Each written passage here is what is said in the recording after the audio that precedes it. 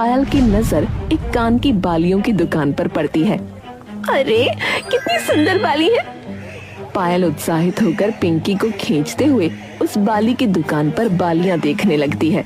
तभी पिंकी को बाजार की एक दुकान पर बहुत खूबसूरत सी एक ड्रेस लटकी दिखती है। पिंकी अपनी माँ को खूब बताने की कोशिश करती है, लेकिन पायल उसे बार बार अनसुना कर देती है। थोड़ी देर बाद पिंकी परेशान होकर पायल का हाथ छुड़ा उस दुकान की ओर चल देती है।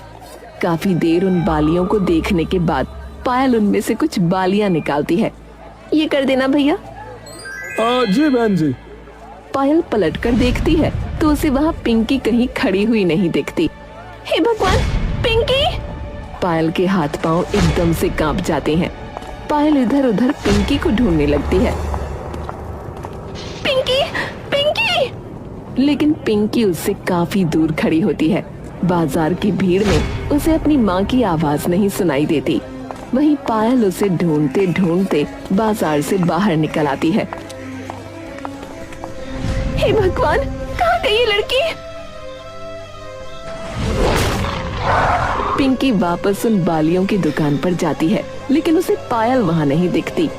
मम्मी कहाँ गई? पिंकी इधर उधर अपनी माँ को ढूंढने लगती है।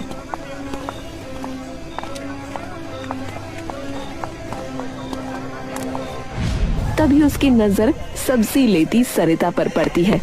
पिंकी दौड़ते हुए सरिता के पास चली जाती है। बुआ, बुआ! सरिता एकदम से पलट कर देखती है।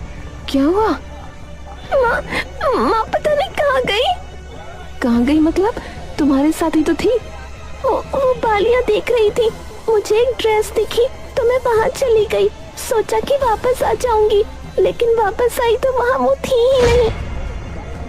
कोई बात नहीं बेटा, यही होगी, डरो मत, हम ढूंढते हैं ना मिलकर।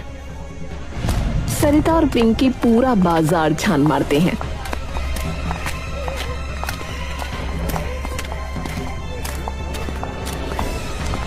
लेकिन उन्हें पायल कहीं नहीं मिलती।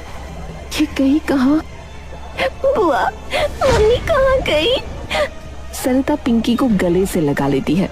नहीं नहीं बेटा, रोना मत, चल घर चलते हैं। क्या पता घर चली गई हो, ये सोच के कि तुम मेरे साथ हो। सरिता और पिंकी जल्दी से घर वापस आ जाते हैं।